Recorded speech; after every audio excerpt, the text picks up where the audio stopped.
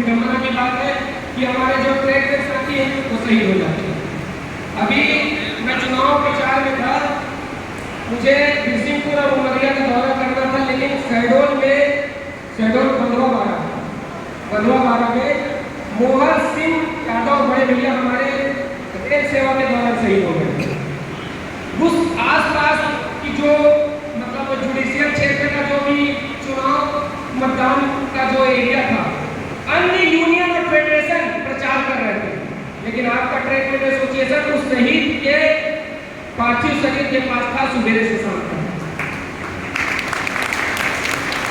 और उसको राष्ट्रीय सम्मान दिलाने के बाद को 9 बजे मैं, हमारे कार्यकारी अध्यक्ष राजेश निर्मलकर जी, हमारे जो मंडल के अध्यक्ष अनिल सिंह यहाँ हादसा में मौजूद नहीं है, हम सभी ने उनको राष्ट्रीय सम्मान दिलाकर उनके घर तक रवाना करने का काम किया। ये सम्मान छोटी मोटी बात नहीं है।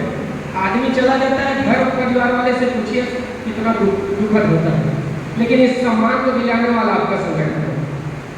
आज आने वाले समय में जो यूनियन की मान्यता होगा, उपचुनाव में मैं बता दूं, बहुत सारे लोग बोलते हैं एनटीसी, मेरा भी एनटीसी बहुत महत्वपूर्ण मुद्दा है, हमारे कैडर का विकास महत्वपूर्ण मुद्दा है, लेकिन रेलवे ट्रैक पर छत होकर हमारा ट्रैक में साथी का जो 100 बिखरता है, इस ओर हमको सबसे पहले कदम रखना पड़ेगा कि ये घटनाएं कम से कम हो और इसमें पूर्ण विराम हो।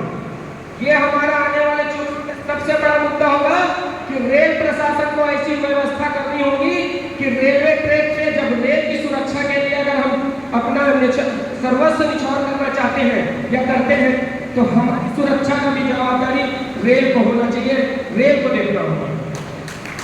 ये हम लोगों का पहला महत्वपूर्ण विषय है। दूसरा हमारा एनटीसी का जो मुद्दा है आज का नहीं है।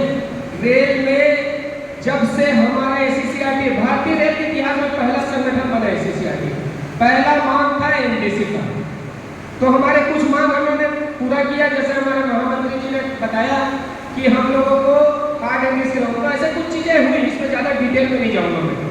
जो एनटीसी का मुद्दा है, मैं आपको डंके के चोट पे आश्वासन देता हूं कि एनटीसी के मुद्दे पर अगर हम लोग मजबूती से एक साथ खड़े रहेंगे तो मुद्दा सॉल्व होने में कोई नहीं हो सकता। लोग बोलते थे कि एनपीएस समाप्त नहीं होगा।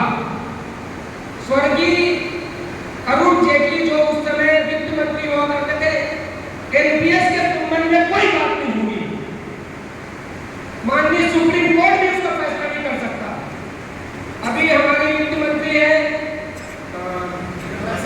निर्मला सीतारमण जी, वो भी अपना स्पीच दे चुकी है। हम सभी को मालूम है कि एनपीएस के मुद्दे पर किसी भी प्रकार का कोई बात नहीं होगा, लेकिन आज देखिए धरातल पर जब क्रांतिकारी लोग उतरते हैं, अपनी मांग को जायज तरीके से उठाते हैं, तो उस मांग पर काम होता है।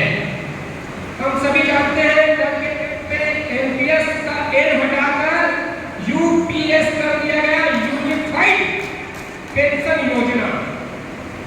साथियों, मैं यूनिफाइड पेंशन योजना का समर्थन नहीं करता हूं।